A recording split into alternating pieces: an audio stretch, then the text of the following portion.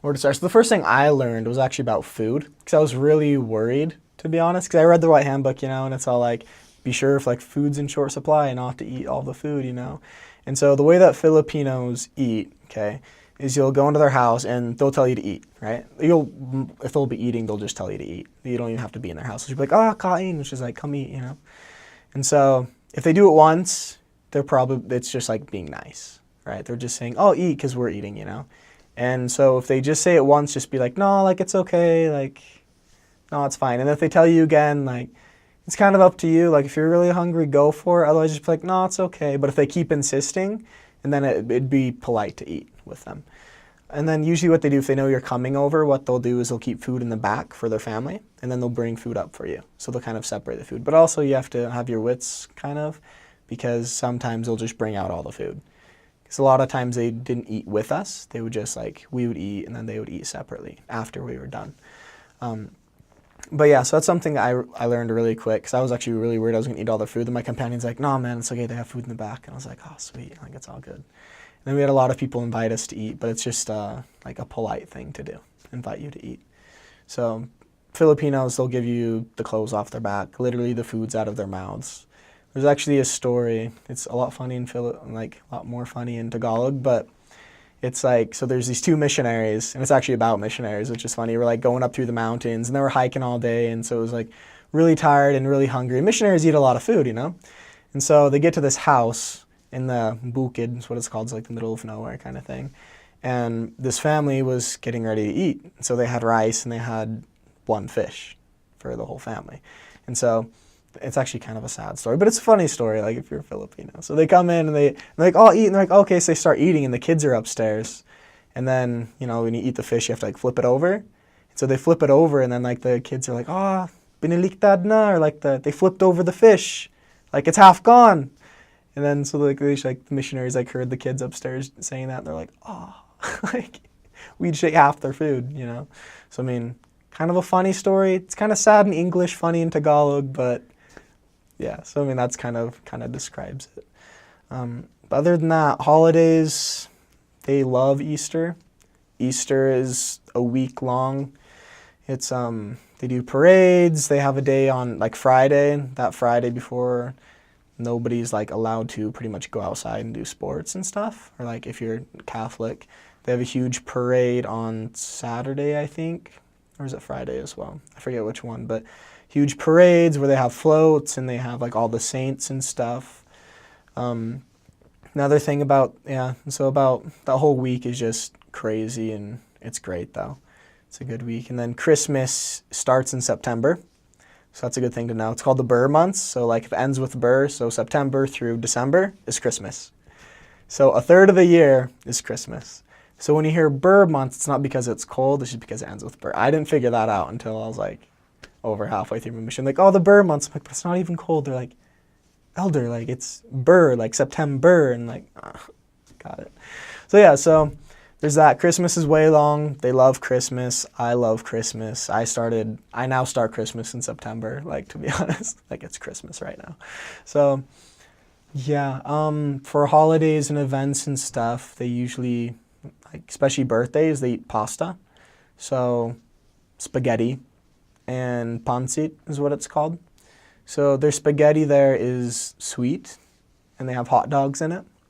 So it's a little bit different than ours. And it's funny because I made normal, like not normal spaghetti, American spaghetti, I guess, for my companion and my housemates once. And they're like, this is trash. They're like, like it's so sour is what they said. They're like, it's sour because it tastes like tomatoes instead of sugar.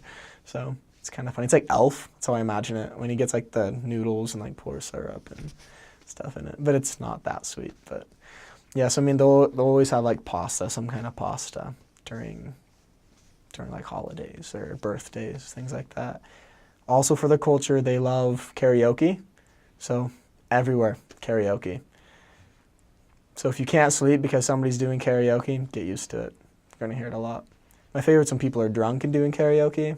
That's the best. They have no shame. They're just like, they just go hard. And so karaoke's a great thing. In our mission in San Pablo, you're not supposed to sing karaoke. At least that was with my mission president. So I mean, they'll like, hey, do some karaoke, and you just like have to politely tell them no. But yeah, other than that, Philippines is great, especially the culture.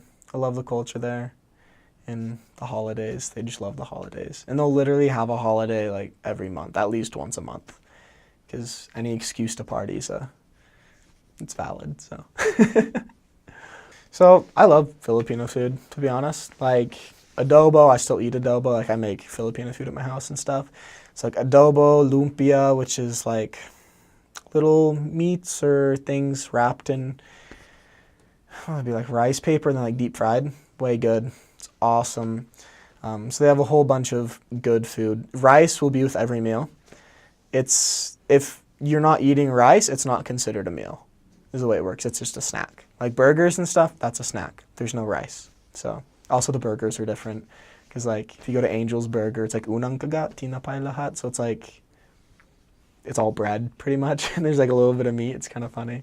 So that's like they're saying like unang kagat, tinapay lahat. Or like the first bite you take, it's just going to be bread. So, but yeah, so I mean the food's different. If you want to get like American food, it's all like Filipino American, right? Just like how in America we call Chinese food, like Panda Express isn't Chinese food. It's not real Chinese food. It's like American Chinese food. It's the same thing there.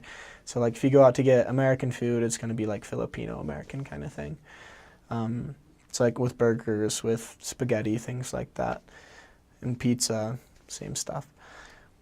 But the food there is just, I think it's great. I love it.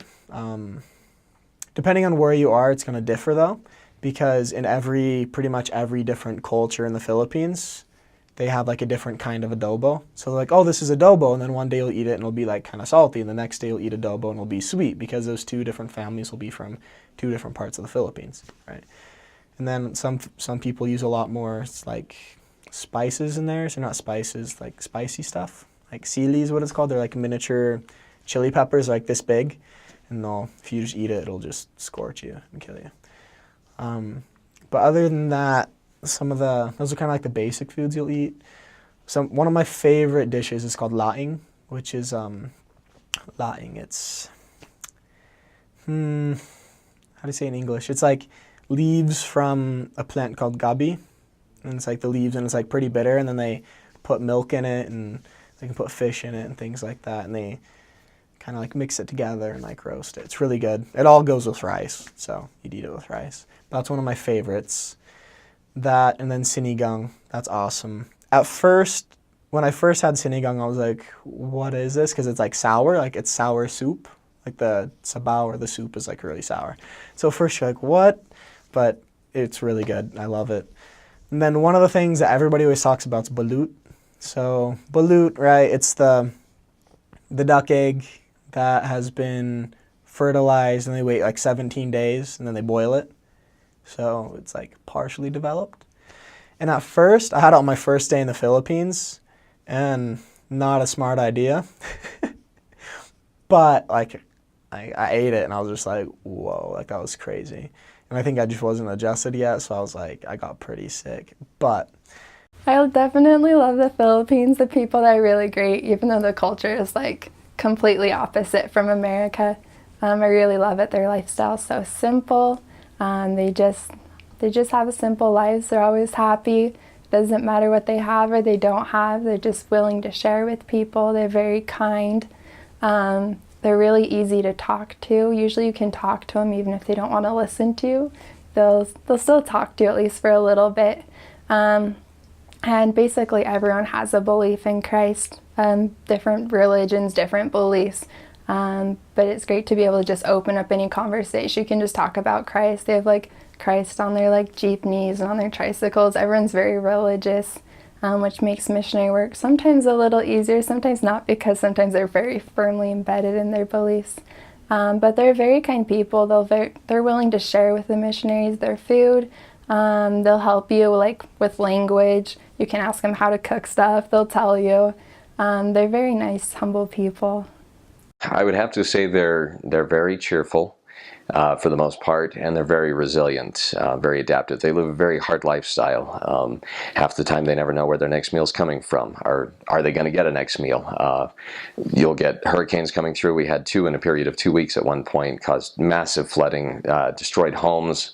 I don't know about casualties. I didn't get to hear on that, but I mean, they live in a very dangerous place. If the weather doesn't get them, illnesses will. If that doesn't get them, then there's the militant factions that come out of the mountains and kill people just, because.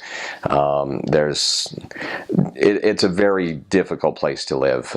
Life is incredibly hard, and yet they are very cheerful. They're very optimistic. They're very happy. They look for the sunny side of things quite a bit. I was amazed at how resilient they were. You'd see the children playing, and they were just as happy as can be playing with bottle caps. They'd find games to play with bottle caps, something that we would throw away without even thinking about it. They would play with for hours. They had a blast with them. They would play with a matchbox. They would divide it into spaces and save spiders and put them in. They would play with spiders and let them crawl in their hand. They would try and get them to bite their fingers. Yeah, not my favorite thing, but it was amazing what they could do to find enjoyment in life. They didn't have to have fancy things. Not that they would have turned them down if they had the option, I imagine, but they didn't need them. And they were a very feeling and a very believing people. They're very religious. It's a predominantly Christian nation, but they're very big on living their religion, at least according to their understanding. They feel things very deeply. They're very deeply feeling people, and so it's really actually quite easy to help them feel the Spirit, because they look for it. That's kind of how they live their lives, according to the way they feel and the impressions they get and things like that. It's not a very secular society in that regard, where they live by logic. It's more along the lines of, does it feel right? Does it feel good? Does it ring true? And so in that respect, we had a lot of success as missionaries in bringing people to begin a testimony, and they're the most caring and giving people I've ever met to strangers. You'll be walking past somebody's house, and they'll invite you in for dinner just because you walked by. They'll give you the shirt off their back. They'll help you. They'll do anything they can to help you. They're incredibly kind and just very giving. There were many times where we would be walking by and they would invite us in for dinner. Sometimes we would accept, sometimes we couldn't because we were on our way to someplace else. But by and large, they were very, very kind, and they would watch out for us. They would warn us. They would do anything they could to help us. As I said, they believed that we were doing God's work. Even if we didn't belong to their church, they believed that we were serving Him, and that deserved respect. And so they were very respectful towards us, and they were just incredibly kind. I don't think you could meet a kinder bunch, at least in my mission area. I'd have to say, by and large, at least in that area, that was their defining characteristic. Bacolod is known as the city of smiles because the people are incredibly friendly and kind.